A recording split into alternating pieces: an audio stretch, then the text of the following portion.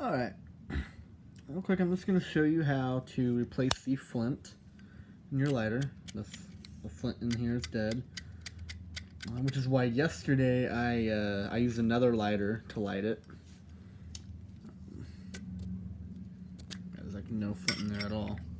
Alright, so you take it out. What I do, I use the lighter to start twisting that off a little bit. Pull this off. Oops, that should not have happened. This came out for some reason. It's going to be hard to get back in. Oh well, I don't really need to get it back in because the flint will help kind of keep that all in place and the spring and everything. Alright, so here's the flint. There is this hole. I'm going to stick the flint in there. Normally you just stick the spring in, but since this thing came off, I'm going to have to put this in. It has to go in that direction. Put the spring back in.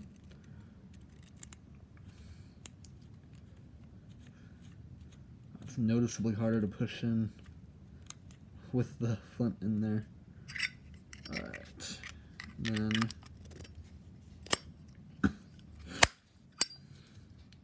voila, it works again. And I have the right fuel in. Yesterday I used 87 octane gasoline instead of the Ronison. Got estimating about 30 minutes worth of keeping the lighter going, but I don't really know for sure with the 87 because there were a whole bunch of extra flames. But tonight I'll probably do one with the Ronison fuel so you can kind of see how much flame you can get out of just a full lighter, just one fill.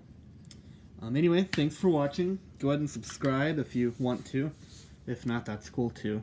But yeah. Well, thanks. See you later.